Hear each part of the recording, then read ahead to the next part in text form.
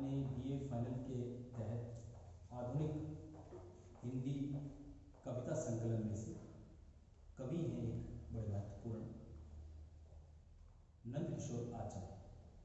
नंदकिशोर आचार्य को आपने पिछले साल भी पढ़ा है हस्तिनापुर नाटक में।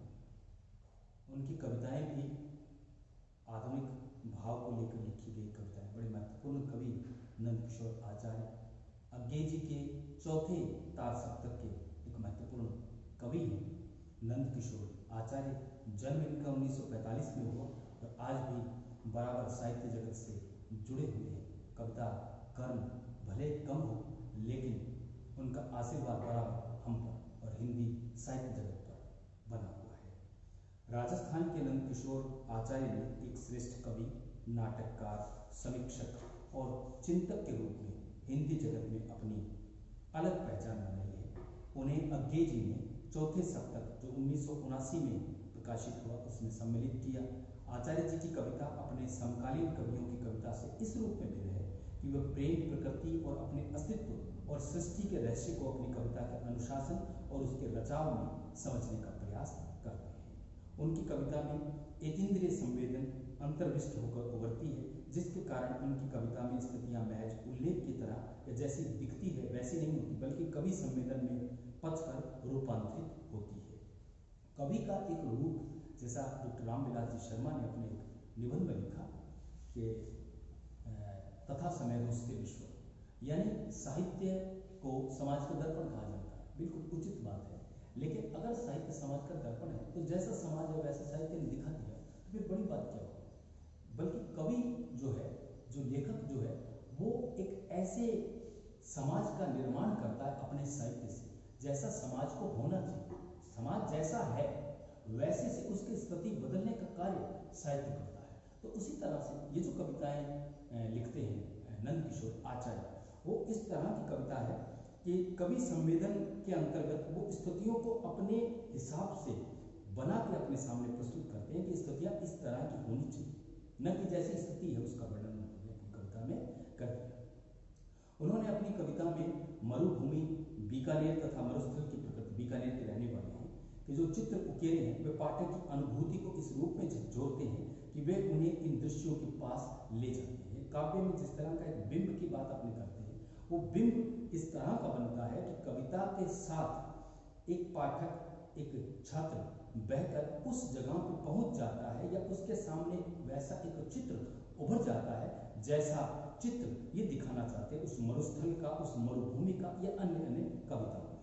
संवेदना या अनुभव का सहज और अनायास रचाव आचार्य जी की कविताओं की मुख्य विशेषता है। वे कविता का रचाव कुछ इस तरह करते हैं कि अनुभव या संवेदना अपनी आकृति के साथ पाठक की संवेदना में खुल जाता है। इस खुलने में कविता का निहितार्थ स्वतः गूंजने लगता है। दरअसल आचार्य जी की कविताओं में ये अर्थ उनके भीतरी रचाव का हिस्सा है जो अनेकार्थी हो जाता है, अनेकार्थी हो जाता है, अनेक अर्थों के अंदर अपने सामने प्रकट होता है। आचार्य जी के अच्छे विचारक और चिंतक भी हैं। उनका चिंतन उनकी कविताओं में भी मुखर है, इसीलिए उनकी कविताओं में गंभीरता का प्रवेश विद्यमान रहता है। कुछ गंभीर भावों की कविताएं रचते हैं, छोटी कविताएं हैं लेकिन भाव उनके गहरे और गंभीर अपने को देखने को मिलते हैं। उनकी भाषा भी अनुभव और संवेदना के अनुरूप गंभीर किंतु अभिव्यंजक होती है। कविता में अनेक अर्थों की गूंज होने के कारण भाषा की क्षमता और भी बढ़ जाती है। इसलिए आचार्य जी का आग्रह रचनात्मक भाषा के प्रयोग के प्रति अधिक रहता है। जल है जहाँ वहाँ एक समुद्र था, शब्द भूले हुए आती है जैसे मृत्यु, ये उनके प्रमुख काव्य संग्रह हैं। इन काव्य संग्रहों के नाम याद रखना बड़ा जरूरी है अपने को, क्योंकि छोटी कविताओं, छोटे प्रश्नों में अपने से कई बार ऐसे प्रश्न भी पूछे जाते हैं, तो आप याद रखें इनके कविता संग्रहों के नाम। एक तो बड़ा महत्वपूर्ण है जल है जहाँ, ये इनका काव्य संग्रह है। इसके अलावा वहां एक समुद्र था, वहां एक समुद्र था। इसके अलावा शब्द भूले हुए,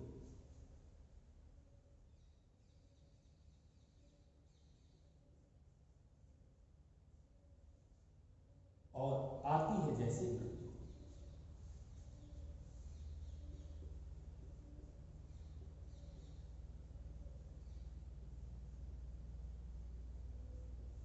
ये इनके कविता संग्रह है, आप याद रखें। जहाँ जल है जहाँ वहाँ एक समुद्र था, शब्द भूले हुए और आती है जैसे मृत्यु। ये इनकी कुछ कविता संग्रह हैं और अधिक संग्रह देखने के लिए आप इनको पुस्तक में विस्तार से पढ़ेंगे, ऐसी उम्मीद हम करते हैं। छोटी छोटी 4-5 कविताएं अपने पाठ्यक्रम में। महत्वपूर्ण कविता के तौर पर मैं पहली कविता लेता हूँ, कुछ भी तो नहीं। ये एक आम मध्यम वर्ग के व्यक्ति की त्रासदी की तरह से है कविता, कि अपने सभी लोग अपने कल को जीते हैं, जो बीत चुका है, अपने आज को नहीं जीते। जो बीत चुका है समय, अपने उसी की याद में रहते हैं और जिस समय जो समय हमारे ऊपर गुजर रहा है उस समय के सुख अपने अनुभव नहीं कर सकते।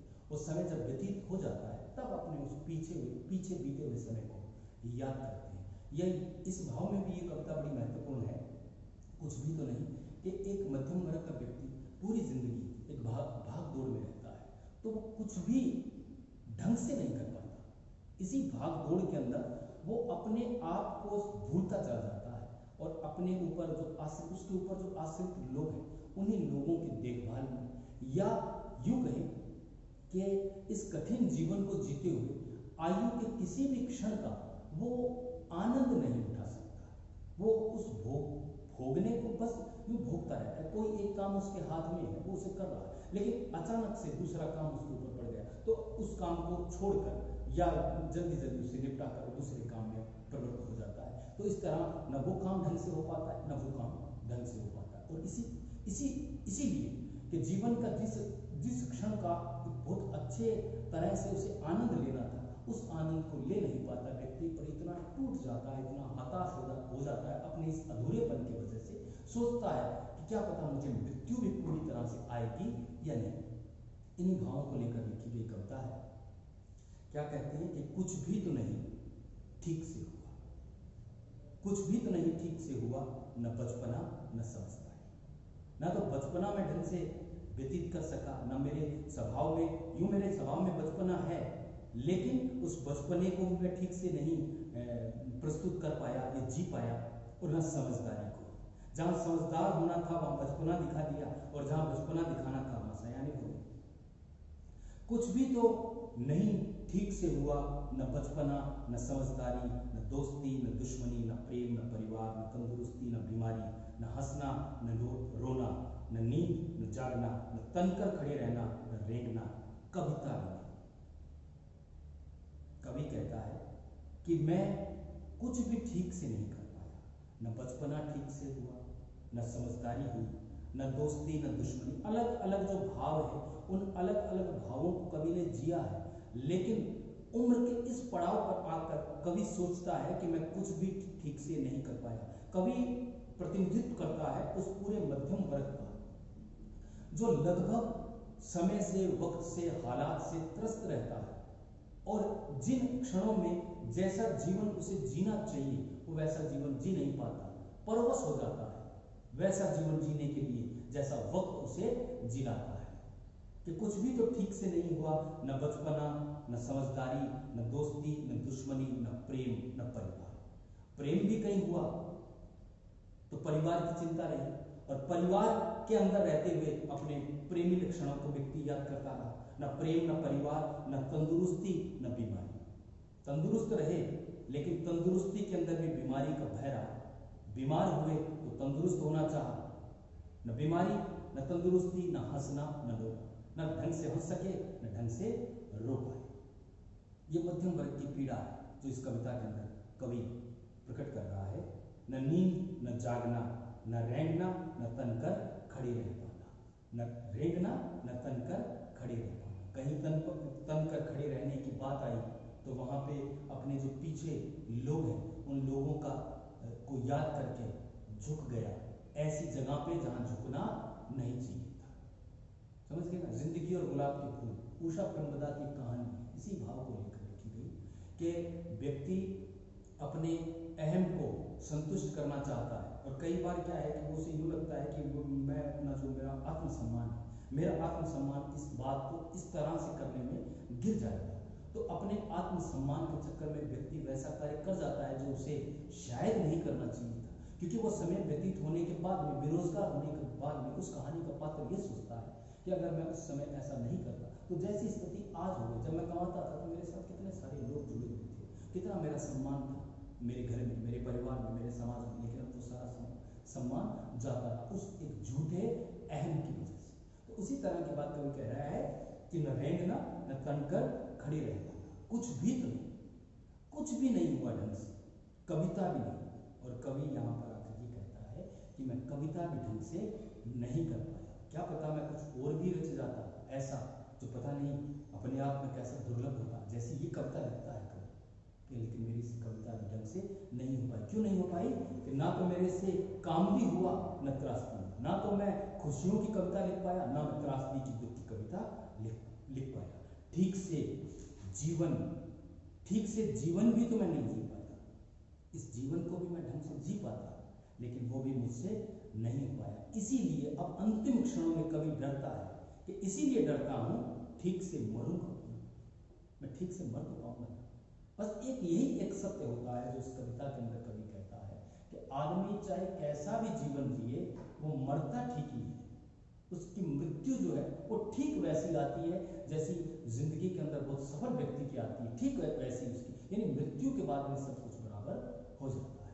ये कविता पूरे यूं समझो कि मध्यम वर्ग का प्रतिनिधित्व करने वाली कविता है, जहां हर काम के अंदर कुछ न कुछ काम रह ही जाता है। तो कविता को शायद आप समझ पाए हैं अच्छे से। पुनः मैं इस कविता का वाचन करता हूं कि कुछ भी तो नहीं ठीक से हुआ, न बचपना न समझदारी, न दोस्ती न दुश्मनी। दो विरोधी भावों को लेकर कवि चलता है और उन दोनों में अपने को असफल पाता है। न बचपना न समझदारी, न दोस्ती न दुश्मनी, न प्रेम न परिवार, न तंदुरुस्ती न बीमारी, न हंसना न रोना, न नींद न जागना, न रेंगना न तनकर खड़े रह पाना। ये जो भाव है, ये जो बात है कि न रेंगना न तनकर खड़े रह पाना, जहां पे झुकना था वहां पे तन गए और जहां पे तनना था वहां पे झुक गए। परिस्थितियों का पुतला होता है बहरहाल मनुष्य, जैसा समय होता है, जैसा परिस्थिति होती है, वैसा उससे वो कार्य करवा लेती है। वो समय बीतने के बाद में व्यक्ति सोचता है कि अगर मैं उस समय ऐसा नहीं करता तो शायद ये अधिक उचित रहता। बात वही जो अपनी कविता के आरंभ में की कि अपने बीते हुए कल को जीते, अगर आज को जिए तो शायद ये जो कमियां खामियां रह जाती है वो न रह पाए। न कविता न रेंगना न तनकर खड़ी रह पाना, कविता भी नहीं, न काम भी हुआ न त्रासदी, यानी ये जो जीवन है न तो उसमें प्रसन्नता रही और न ही त्रासदी रही, ठीक से जीवन। इसीलिए डरता हूं, अंत में कवि कहता है कि इसीलिए डरता हूं ठीक से मरूंगा तो, मैं मर तो ठीक से जाऊंगा। ये थी कविता। अब अगली कविता है कि पहला शब्द हो जैसे। सारी सृष्टि में व्यक्ति केवल अपना प्रेम देख रहा है, अपने प्रेम ही को ढूंढा जाता है विभिन्न रूपों में। तो इसी भाव को लेकर छोटी सी कविता लिखता है कवि कि तुम्हारी आवाज ढल जाती है चेहरे में मेरे ऐसे, तुम्हारी आवाज ढल जाती है चेहरे में मेरे ऐसे, वह पहला शब्द हो जैसे जिसका रूप ये कायनात सारी, ये सारी सृष्टि, ये सारी दुनिया जिसका रूप हो, तुम्हारी आवाज, एकमात्र तुम्हारी आवाज मेरे चेहरे में ऐसे ढल जाती है मानो सृष्टि का ये पहला शब्द हो। ओम शब्द से यूं कहते हैं कि सृष्टि का निर्माण हुआ। तो प्रेमी व्यक्ति, जो प्रेम करने वाला व्यक्ति है, वो कहता है कि तुम्हारी आवाज ढल जाती है चेहरे में मेरे ऐसे, वो पहला शब्द हो जैसे जिसका रूप ये कायनात सारी, जिससे ये सारी कायनात बनी है। मुझे लगता है कि ये सारी कायनात ठीक वो एक शब्द है जो तुमने मेरे लिए कहा है, तुम्हारा ही वो एक शब्द है जिसे मैं विभिन्न विभिन्न रूपों के अंदर देखता हूं। अगली कविता है किसे निवेदित। निवेदित से मतलब होता है निवेदन रूप में कही गई या समर्पित, यानी किसे समर्पित है ये भाव। कवि कहता है कि नहीं मालूम हो या नहीं, रच देती है तुम्हें लेकिन प्रार्थना मेरी। ईश्वर से मुताल्लिक है अपना कवि और कह देता है कि ईश्वर पता नहीं है या नहीं, देखा नहीं किसी ने, लेकिन प्रत्येक व्यक्ति अपने अपने ईश्वर को मनाता है, उसकी आराधना करता है। नहीं मालूम हो या नहीं, रच देती है तुम्हें लेकिन प्रार्थना मेरी। ईश्वर की रचना कौन करता है? अपनी अपनी प्रार्थना जो है, जो ईश्वर के लिए अपने प्रार्थना करते हैं, वही ईश्वर का निर्माण करती है। अब ईश्वर है या नहीं, लेकिन ईश्वर का निर्माण व्यक्ति स्वयं करता है अपनी प्रार्थना के द्वारा। जब भी किसी दुख में व्यक्ति होता है तो वो एक आर्तनाद करता है, एक दुख से आह भरता है।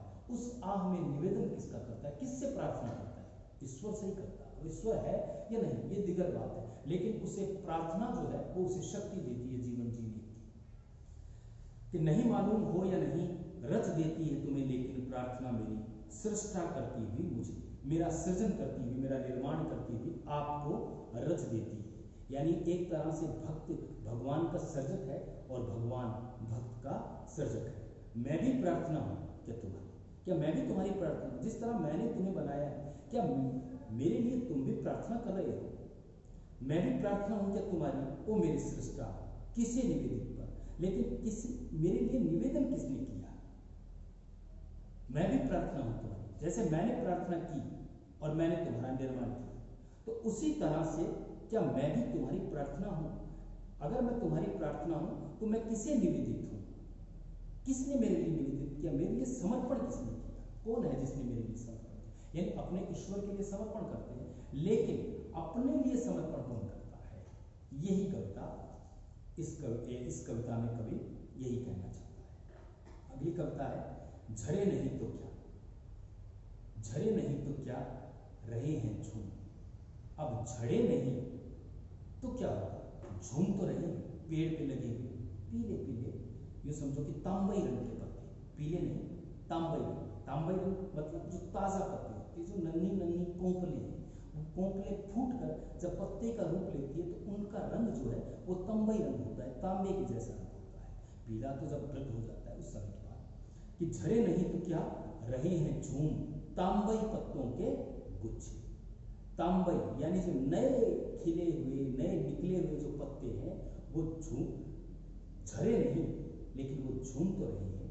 अपने इस झूमने में ही कृतज्ञ हो रहे हैं, वो अपने इस झूमने में ही कृतज्ञ हो रहे हैं। यानी झड़कर कृतज्ञ हो ये जरूरी नहीं, झूम तो रहे हैं। अपने आप को किसी के प्रति समर्पित हो जाने के लिए, किसी के प्रति कृतज्ञ होने के लिए झड़ जाना जरूरी नहीं, बल्कि अपने अंदर एक ऐसा भाव प्रकट कर लेना कि हम खुशी के अंदर झूम तो रहे हैं, हम तुम्हारे प्रति ही कृतज्ञ हैं।